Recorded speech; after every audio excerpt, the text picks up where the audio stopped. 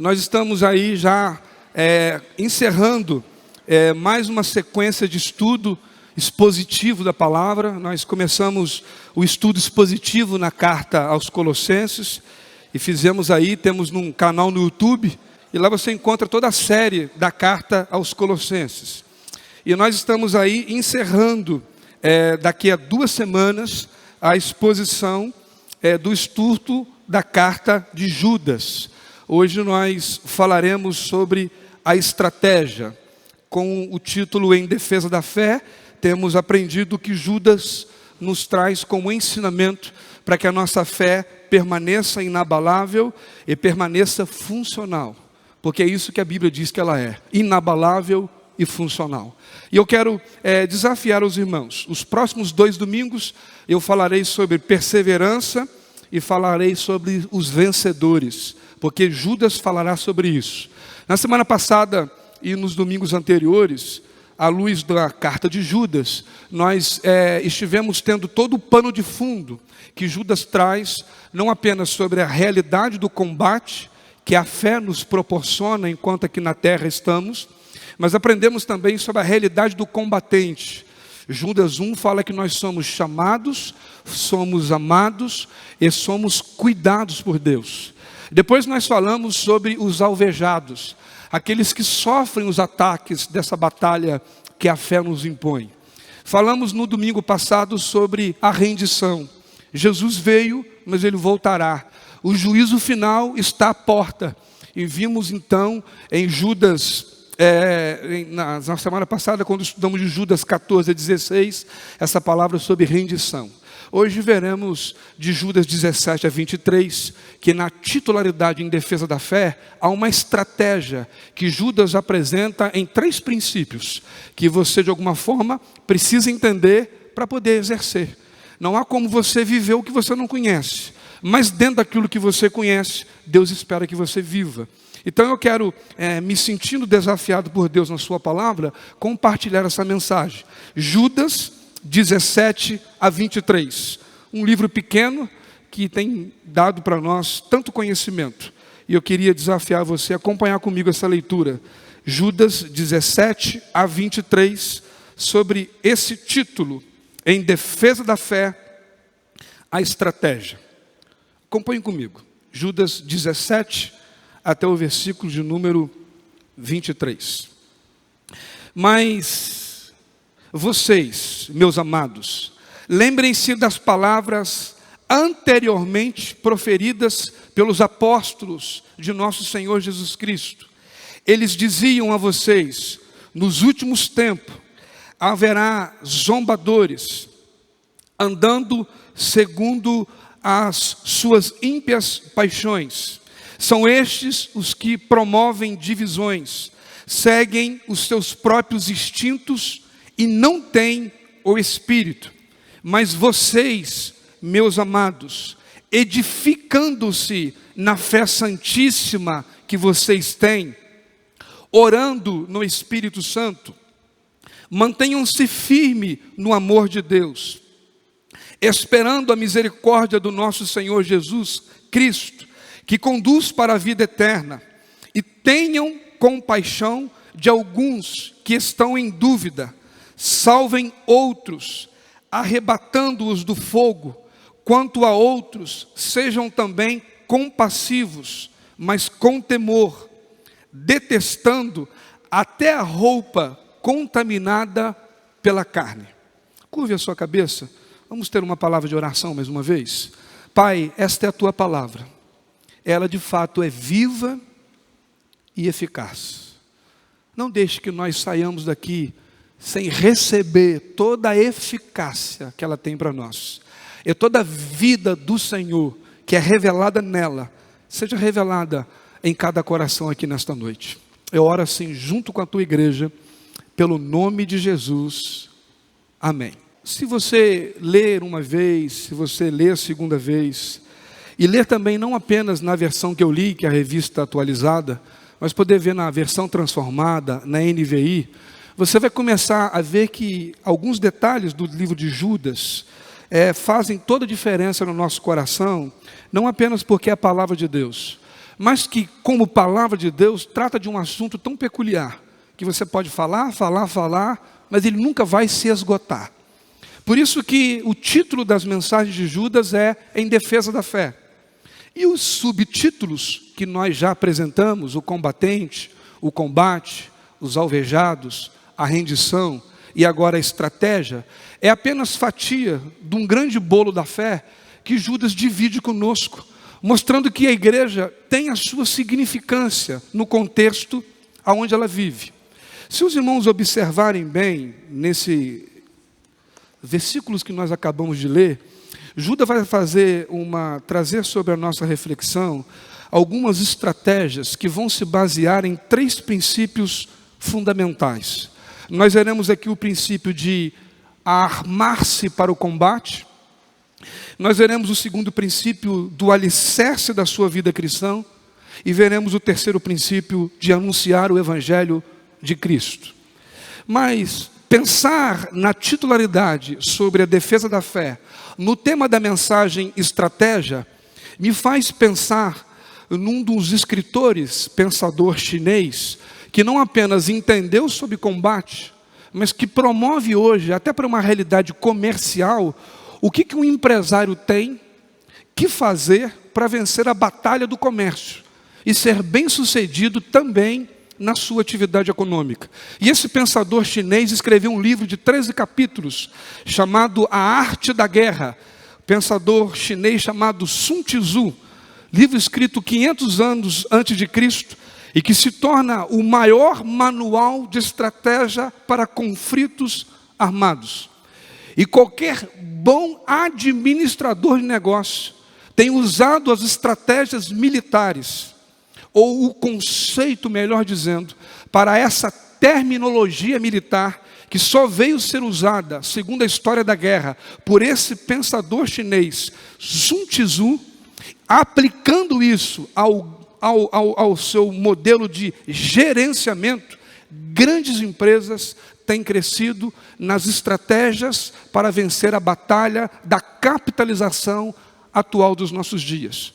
O que esse livro, de alguma forma, poderia nos ajudar? Primeiro que a história comprova que alguns grandes generais que foram importantes na guerra de seus países usaram esse livro. O primeiro a ser citado na história é Napoleão Bonaparte, um imperador francês que viveu do ano 1769 a 1821. O segundo é um líder comunista, Mao Tse-tung, que liderou a Revolução Chinesa e arquitetou a grande república chamada hoje como República Popular da China. O que esse livro traz como uma grande máxima para a ideia dessa terminologia militar estratégia? Ele traz uma menção interessante. Ele diz: a bem verdade, ninguém consegue vencer qualquer batalha sem que se tenha uma estratégia bem definida.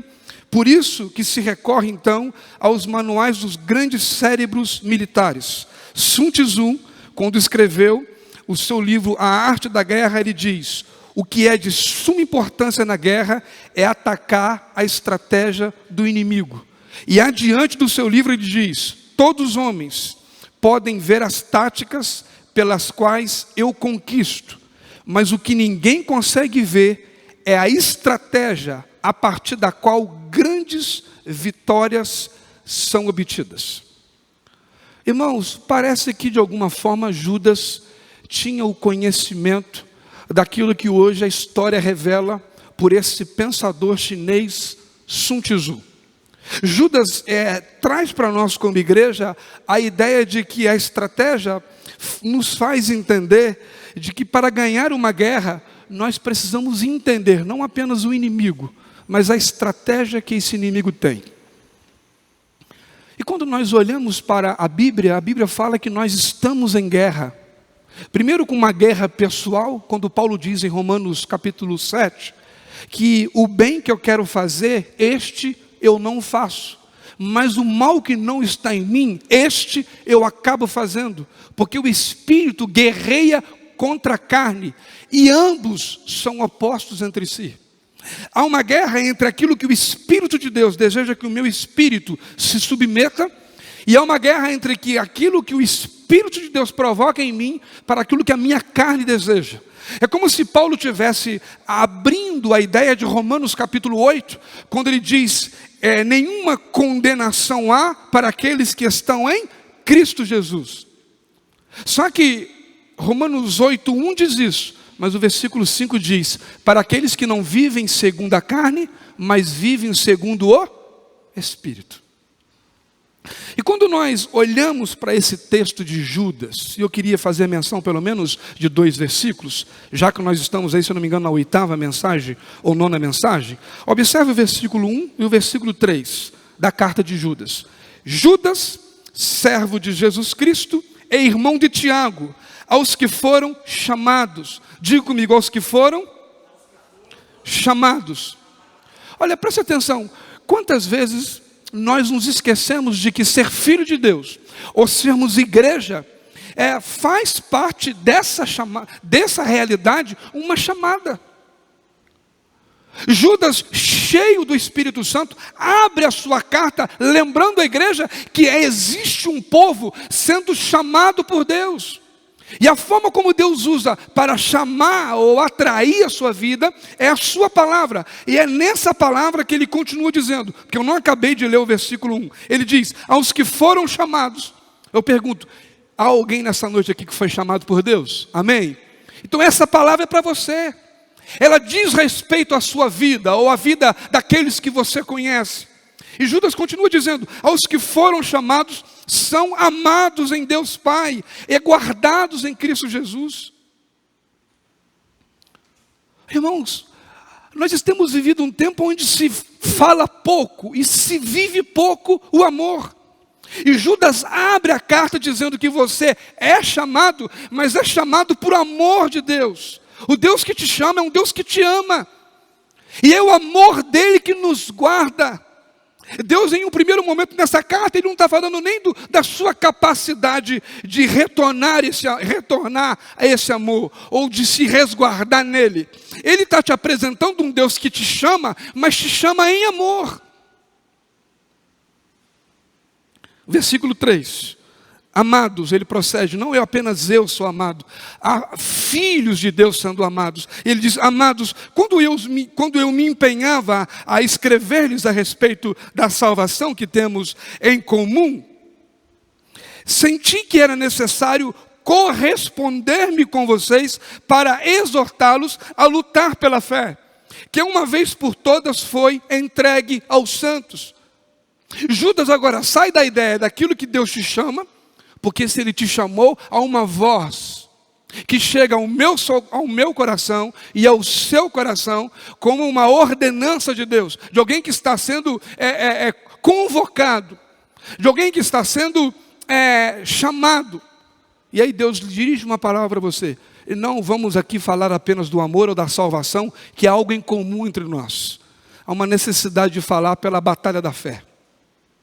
Ou seja, sobre tudo aquilo que Deus tem chamado, Deus tem falado a você, é isso que gera fé. E é esta fé que Judas vai tentar trazer como uma ideia de estratégia para que na batalha do dia a dia você não ataque o inimigo que não é seu. Porque segundo as Escrituras, o único inimigo autorizado na minha vida e na sua é chamado de diabo e os seus anjos. Paulo chega a dizer aos Efésios, a nossa luta não é contra a carne nem contra a sangue, mas contra principados e potestades. Semana passada eu falava sobre isso. Quem que sai e dá um passeio pela cidade, vá para a escola, vai para o serviço, e quando volta para a sua casa, o lugar onde ele vai ter descanso, ele fala, rapaz, que batalha. Eu consegui ver hoje 40 demônios. Que coisa louca foi essa minha percurso. Você sai e quando você volta para casa você fala isso com sua esposa e com seu filho? É possível visualizar a ação dos demônios? Mas o que Paulo vai combater em Judas é a realidade de que os apóstatas da fé se infiltraram na igreja. E agora a igreja que resgata aqueles que não são igreja, precisa entender que aqueles que estão dentro da igreja perderam a fé ou perverteram a fé. E aí o versículo 4 de Judas nos traz esse lembrete, como pano de fundo do que Judas está tratando conosco, como igreja. A esses que são amados e chamados, Judas diz no próximo versículo 4, pois certos indivíduos, cuja sentença de condenação foi promulgada há muito tempo, se infiltraram no meio de vocês, sem serem notados. São pessoas ímpias, que transformaram em libertinagem a graça do nosso Deus, e negam o único e soberano e Senhor Jesus Cristo. Olha o cenário apresentado por Judas. Olhando para esta realidade, não há como nós não estarmos e ficarmos cada vez mais atentos a tudo aquilo que o Senhor precisa falar e a tudo aquilo que o Senhor precisa realizar em nós. Há uma obra de Deus contínua e operante que está acontecendo diante de nós. E parece que Judas está formulando aqui, dentro agora do contexto lido, Judas 17 a 23, e eu li propositalmente o versículo 1, 3 e 4, para que os irmãos pudessem lembrar aquilo que nós temos anunciado a cada domingo, como em defesa da fé, o que a gente vive como batalha real, apresentada aqui nesse texto, como Judas. E aí o primeiro princípio que Judas apresenta como estratégia para a nossa vida, está exatamente no versículo 17 a 19 do texto que nós lemos. E eu vou repetir agora na versão NVI, versículo Judas 17 a 19. Diz assim: todavia, amados, lembrem-se do que foi predito pelos apóstolos de nosso Senhor Jesus Cristo. Eles diziam a vocês, nos últimos tempos, haverá zombadores que seguirão os seus próprios desejos ímpios. Estes são os que causam divisões entre vocês, os quais seguem a tendência da sua própria alma e não têm o Espírito. Grave comigo apenas essa primeira frase. Amados, lembrem-se do que previram os apóstolos, ou seja, Pedro e Paulo. A fundamentação da fé cristã, evangélica, a fé bíblica real, se contém na doutrina dos apóstolos. Se você pegar hoje, vamos analisar a realidade brasileira da fé cristã. Você tem quem que crê em Jesus Cristo e declara publicamente que Jesus é Filho de Deus? A Igreja Católica Apostólica Romana e a Igreja Evangélica, que na verdade deveria chamar Igreja Católica Apostólica. Igreja é o corpo de Cristo. Católica, a palavra universal. Apostólica, doutrina dos apóstolos. Aí o Judas inicia dizendo, amados, ou seja, lembre de quem te chamou e de como ele te chamou. Parece que ele estava pregando o Salmo 23 do Novo Testamento, que é João 3,16, porque Deus amou ao mundo de tal maneira que deu o seu Filho unigênito. Olha, esse Deus que você serve é um Deus que se entregou a você antes que você se entregasse a Ele. Ele vem até você antes que você venha a Ele. Aí ele diz, amados, você é amado por Deus. Amados, lembrem-se, ou seja, arme-se para o combate. E historiadores, conforme dissemos na última mensagem da redição, quando eu lembrei na mensagem passada que só houve rendição na Segunda Guerra Mundial, quando no dia 2 de setembro de 1945, tanto a colônia alemã quanto a japonesa declararam rendição ao poder bélico dos Estados Unidos. Infelizmente, inclusive com o ataque da bomba em Hiroshima, e muitas vidas foram ceifadas. Mas é dentro daquele contexto, e os Estados Unidos, e segundo os historiadores, através daquele poder nuclear, os Estados Unidos atacando Hiroshima e Nagasaki, respectivamente, no dia 6 e dia 9 de agosto de 1945, fez com que o imperador Hirohito ordenasse ao seu conselho de guerra que tentasse negociar uma paz minimamente honrosa com seus aliados. Porque a força daquela bomba nuclear fez com que aquela batalha sangrenta acabasse. O que tem a ver isso? Judas está dizendo o seguinte, há uma batalha da fé. você só vai vencer essa batalha se você estiver armado para esse combate. A forma como Judas entende que a igreja está armada para o combate é quando ela não esquece a fé publicada pelos apóstolos. Talvez não fique claro quando você vê especificamente nesse texto. Amados, se lembre-se do que previram os apóstolos de nosso Senhor Jesus Cristo. Agora, observe em 2 Pedro capítulo 3. Ele diz: eles provocam divisões entre vocês e seguem seus instintos naturais, pois neles não tem o Espírito. Ou seja, Paulo está fazendo menção, e agora junto com Judas, e junto com a epístola de Pedro, a ideia de que dentro de nós, dentro da igreja, ela provoca-se uma divisão quando a vertente do coração da igreja não está presa na palavra. A nossa arma é a palavra. Quando não há um entendimento pleno da palavra, qualquer coisa que se diz que é palavra, nós às vezes acreditamos. O que precisamos retomar é aquela ideia do discernimento, que Paulo diz que a palavra de Deus, ela é uma arma não apenas de ataque, ela também é uma arma de defesa. Observe comigo 2 Coríntios capítulo 2, versículo 7, e vê se não é isso que a Bíblia diz. Na palavra da verdade, no poder de Deus, pelas armas da justiça, tanto para atacar como para defender. Observe que a palavra de Deus, ela não apenas faz com que você ataque a heresia, ou um apóstata da fé, que quer justificar um milagre, não pela palavra. É como se a palavra não gerasse o milagre, é o milagre que gera a palavra. Há uma discordância nisso. A palavra não é aprovada no milagre, é o milagre que é aprovado na palavra, porque quem vem primeiro é a palavra, tudo começa na palavra. E aí Judas diz assim: irmãos, lembrem-se do que foi previsto pelos apóstolos. Para que você consolide melhor isso, observe comigo Efésios capítulo 2, versículo 20. Edificados sobre o fundamento dos apóstolos e dos profetas, tendo Jesus Cristo como pedra angular. Aonde eles estavam edificados? Aonde havia firmeza? O que consolidava? O que mantinha eles firmes? Irmãos, Judas estava dizendo o seguinte: a palavra de Deus ela é atual e relevante. Ela vai desmascarar qualquer um que se diz crente em Jesus, quando de fato esse que se diz crente vive conforme Jesus diz que é para viver. Senão nós vamos viver a filosofia daquilo que o autor Timothy Keller descreve no seu livro Deus Pródigo. Timothy Keller, um pastor americano, vai fazer alusão da parábola do filho pródigo, e ele escreve um livro chamado Deus Pródigo. E ele coloca uma questão interessante. Ele diz que a igreja de Jesus é formada também com base na filosofia do filho mais novo.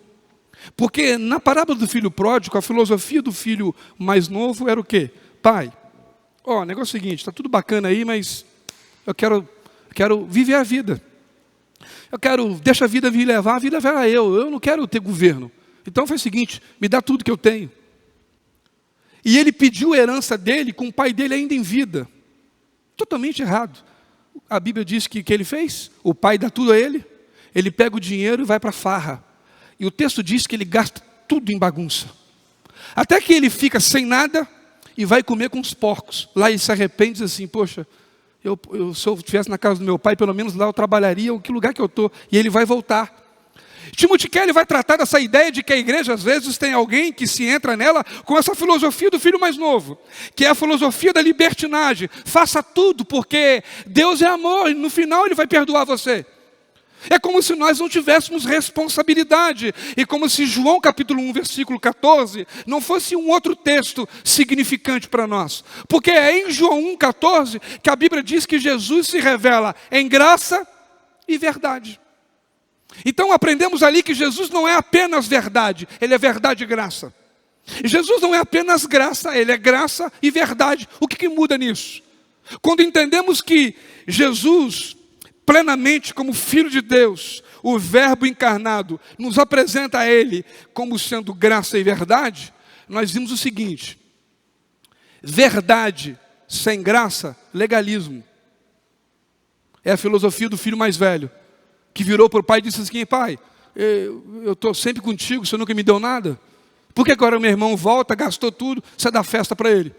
Aí o pai, que representa Deus na parábola do filho pródigo, é apresentado por Timothy Kelly dizendo o seguinte: você que é Deus, diz para ele. Aí Deus diz assim: ó, tudo que eu tenho é seu, filho. O que você me pediu que você não tem? O que você não tem aqui entre nós? Mas o filho mais velho se baseava nesse legalismo. Um Deus que é apenas verdade e não tem graça. Então verdade sem graça, legalismo. Mas graça sem verdade é libertinagem. Porque não há parâmetro. Eu faço o que eu quero da minha vida. Por quê? Porque eu já sou de Deus. Não é eu que me submeto a Deus, é Deus que se submete a mim. Essa é a filosofia do filho mais novo. Não é eu que vou até Deus, é Deus que vem até mim e que sei lá, o que acontecer, aconteceu. Só que quando nós olhamos para as Escrituras, não é isso que as Escrituras nos apresentam. Nós vimos nas Escrituras que um Deus que é justo e fiel, deseja que os seus filhos frutifiquem em graça e em verdade, para que haja em nós fidelidade e justiça. A correção trazida por Deus, e o que Judas queria tratar nesse primeiro momento, como em defesa da fé, que a nível de estratégia da igreja, nós precisamos se armar para o combate. E a maneira como Judas entende, é que nós devemos lembrar, lá da nossa origem, nós surgimos com base nos ensinos trazidos pelos apóstolos. Foram eles que revelaram os sinais trazidos por Jesus. Jesus os escolheu e os separou para isso. E hoje toda a estrutura do Novo Testamento exemplifica bem isso. E nós não podemos negar ou nos esquecermos da nossa origem. Usando a palavra de Deus, Judas foi capaz de definir quem são os apóstatas. O texto é claro em dizer aqui, Judas 17 a 19. Olha, irmãos, lembrem-se das palavras anteriormente proferidas. Versículo 18. Eles diziam a vocês: nos últimos tempos haverão zombadores, andando segundo as suas ímpias paixões. Você consegue ver hoje, vamos botar aqui entre aspas, tá? Dentro da igreja, pessoas zombadoras e pessoas ímpias. Judas estava mostrando para nós que isso não seria algo da nossa história, seria da história da igreja. Da igreja de que já passou aqui, da igreja que está passando e da igreja que virá. Por isso que a palavra é contemporânea. A Bíblia diz: eles são blasfemos. Por quê? Porque são zombadores, não têm temor a Deus. Esqueceram Provérbios 1:7, o princípio da sabedoria é o temor a Deus. E a Bíblia é o padrão que Deus estabeleceu para nós, para que nós não sejamos zombadores e blasfemos, mas possamos, ao alcance da palavra, fugir da ideia daqueles que a Bíblia diz andam segundo as suas ímpias paixões, são brigões, homens que causam divisões, teimosos, porque diz a Bíblia no versículo 19, porque eles não têm o Espírito, mas nós temos o Espírito, nós somos detentores da palavra, por isso podemos acolher a palavra e se render a ela. Então, nesse primeiro fundamento, como se arma para o combate, o que Judas queria, na verdade, era que você entendesse que a estratégia é se armar na palavra. Se faltar a palavra, falta tudo que você precisa de Deus para viver o que de fato você tem que viver. Porque Deus ama você. E a palavra de Deus nos ensina isso. Mas o segundo fundamento na estratégia é que nós não devemos apenas se armar na palavra, mas nós somos chamados, olha o versículo 20. Mas vocês, meus amados, edificando-se na fé santíssima que vocês têm e orando no Espírito Santo. Versículo 21 também. Mantenham-se no amor de Deus, esperando a misericórdia do nosso Senhor Jesus Cristo, que conduz para a vida eterna. Palavra-chave do ponto inicial, mantenham-se, não, edificando-se na fé santíssima. Ou seja, segundo fundamento, alicerce sua vida cristã. Aonde sua vida cristã está alicerçada? É no que você ouve da sua esposa? É no que você ouve dos seus pais? É no que você ouve dos seus filhos? Ou é o que você ouve do Espírito de Deus? É o que a palavra de Deus tem ganhado no seu coração? Será que no nosso coração não tem permeado aquilo que eu chamo de elementos roubadores da fé? Você pode marcar e grifar 4 palavras. dos 2 versículos: edifiquem, orem, mantenham firmes e aguardam. Essas 4 palavras vão, de alguma forma, fazer uma sinopse do que de fato é uma vida edificada. Porque essa palavra edificada aqui, no grego, dá a ideia da construção de uma casa. O alicerce que a construção civil precisa gerar para que essa casa seja firme. O que Judas estava tratando é que o alicerce é a palavra. Ele diz: mantenham-se firmes, meus amados, edificando a sua fé santíssima. Ou seja, a fé existe um processo contínuo. A nossa fé, ela precisa se entregar ao processo contínuo de vida. A cada novo dia, assim como o nosso corpo precisa do pão, assim como você talvez faça 2 ou 3 refeições, você precisa entender que fisicamente, dentro de um padrão natural, você é o que você come. Não há mágica para emagrecer, tem que fechar a boca. Além da atividade física e entre outras coisas. Mas assim como nós somos resultado fisicamente do que comemos, somos também espiritualmente. Lembra Jesus dizendo em João 6,35: eu sou o pão vivo que desceu do céu. Agora Judas está nos mostrando, e para que a gente não perca de vista, o que nós lemos, não aqui no versículo 20, meus amados, edifiquem a sua fé santíssima que vocês têm, orando no Espírito. E alguns podem achar que a ideia aqui de orar no Espírito é orar em língua de anjos. Isso também pode acontecer. Paulo diz isso em 1 Coríntios 12 e 1 Coríntios 14. Inclusive diz que o orar em línguas é um dom dado à igreja, mas que tem o seu lugar. Esse dom aqui que Paulo está falando, que Judas está falando, não é o dito por Paulo em 1 Coríntios.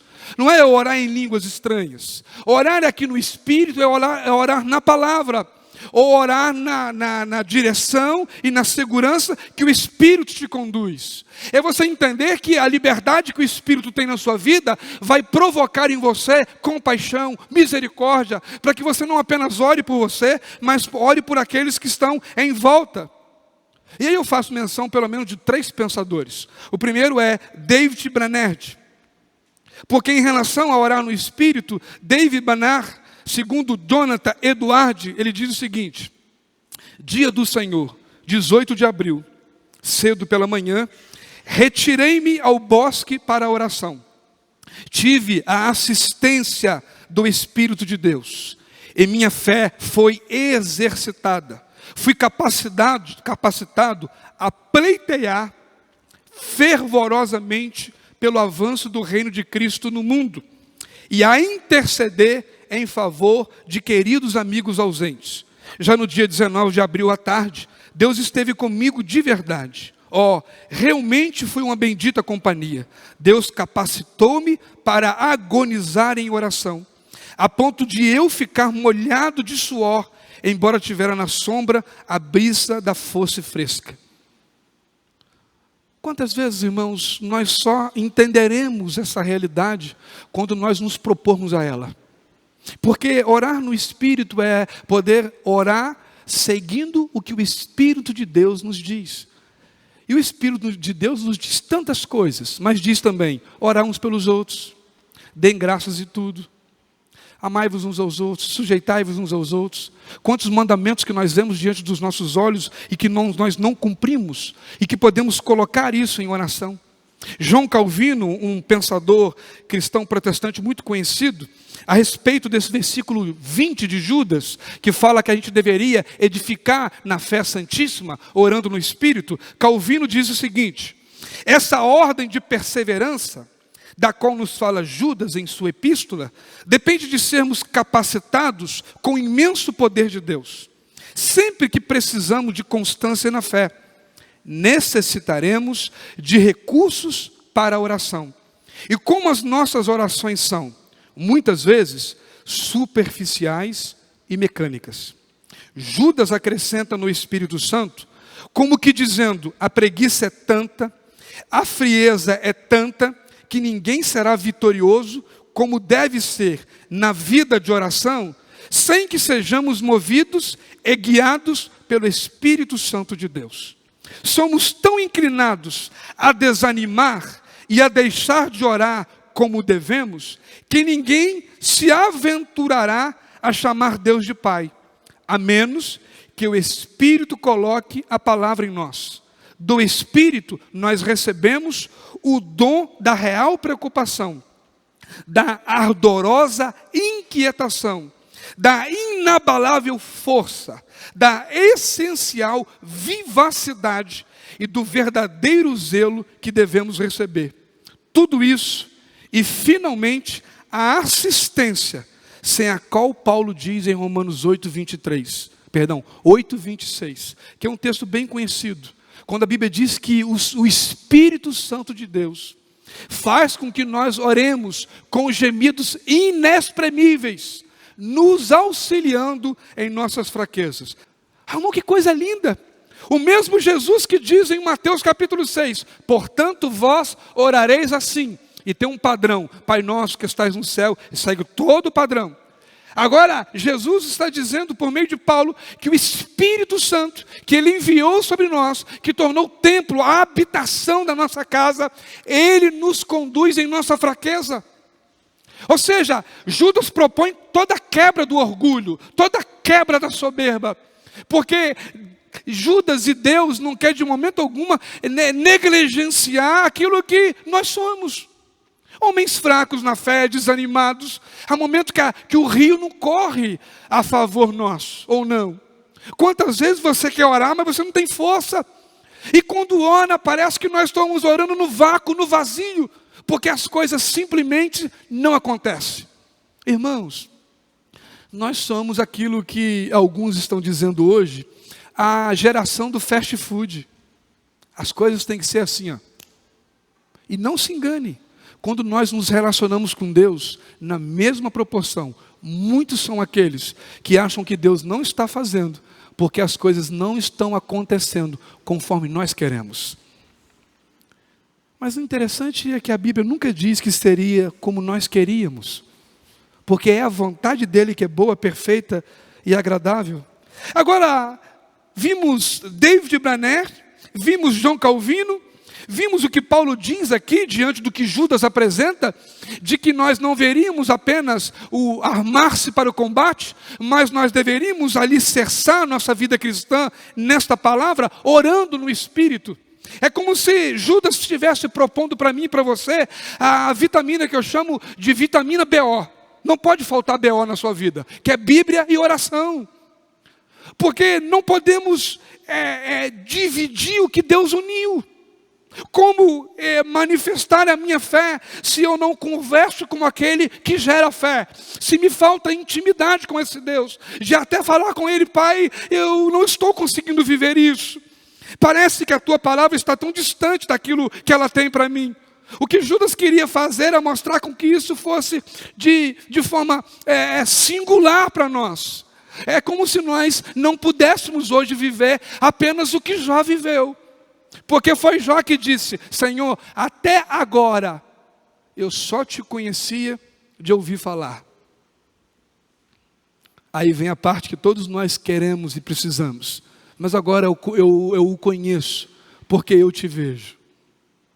E olha que experiência tremenda que foi dita por esse homem.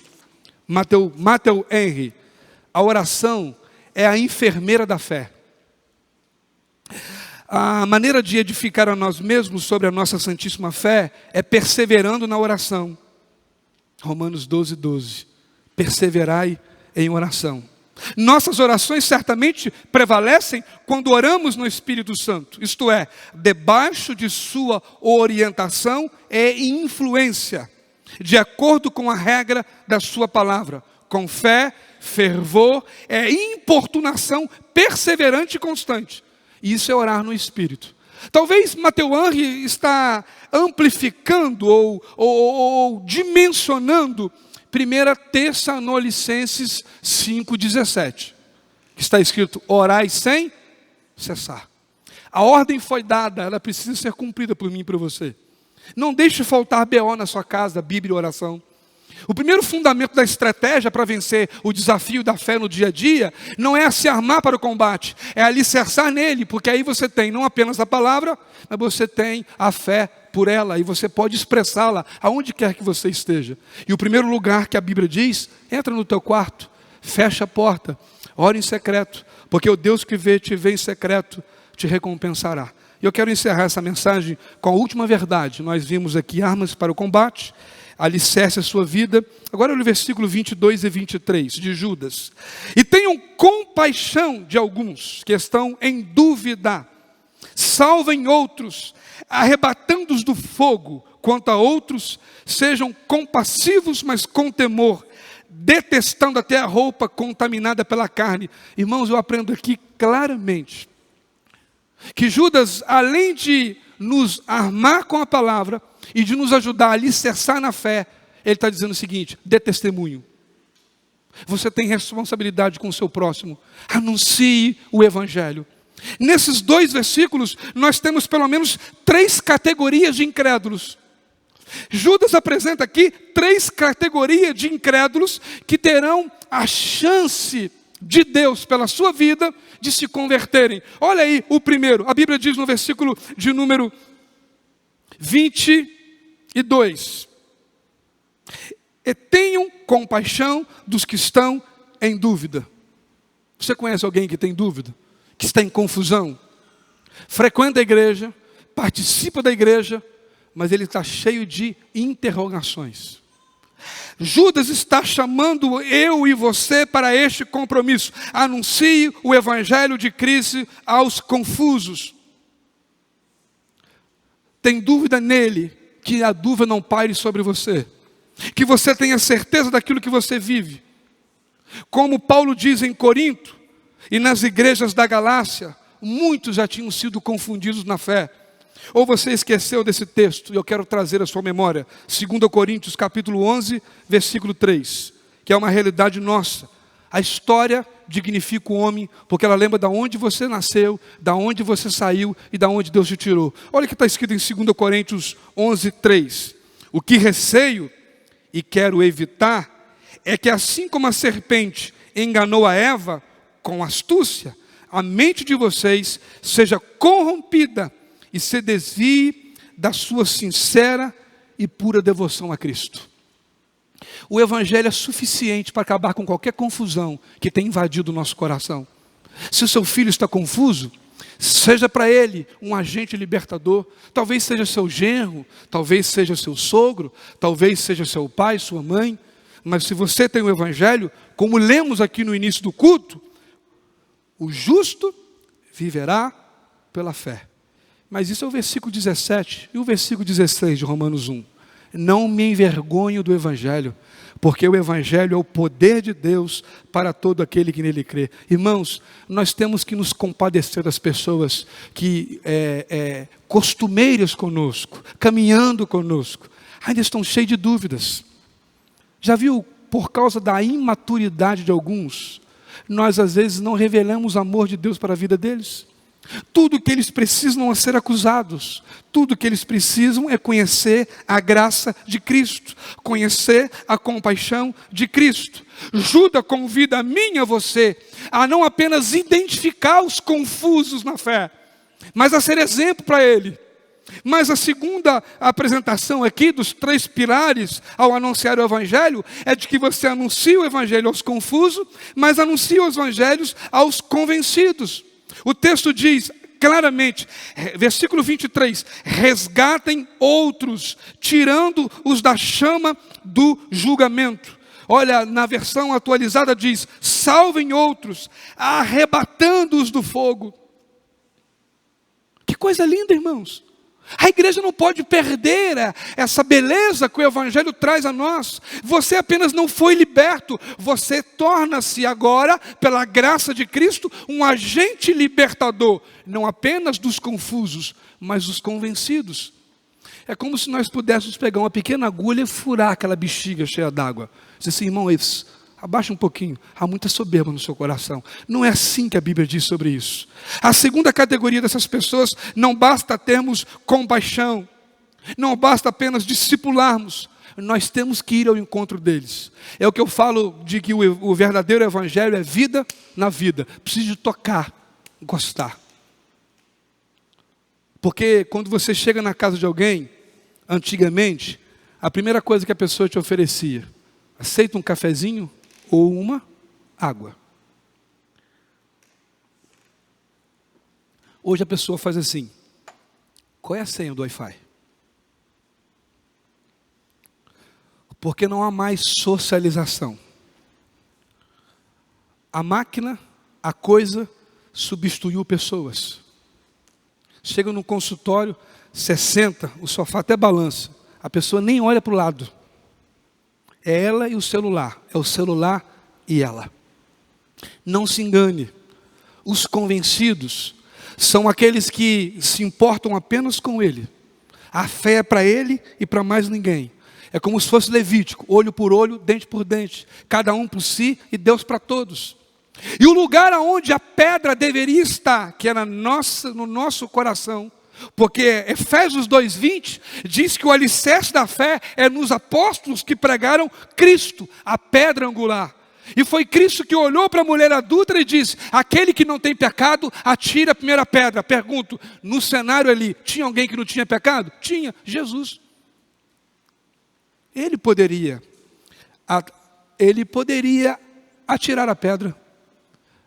Mas eu creio que Jesus pegou a pedra e fez aquilo que a Bíblia diz. Ele começou a escrever na terra. Porque naquele momento não tinha como escrever no coração. O coração daqueles estavam fechados. O único lugar que Jesus podia escrever era na terra. Porque é da terra que é a minha essência e a sua. Do pó tu vieste, para o pó tu voltarás.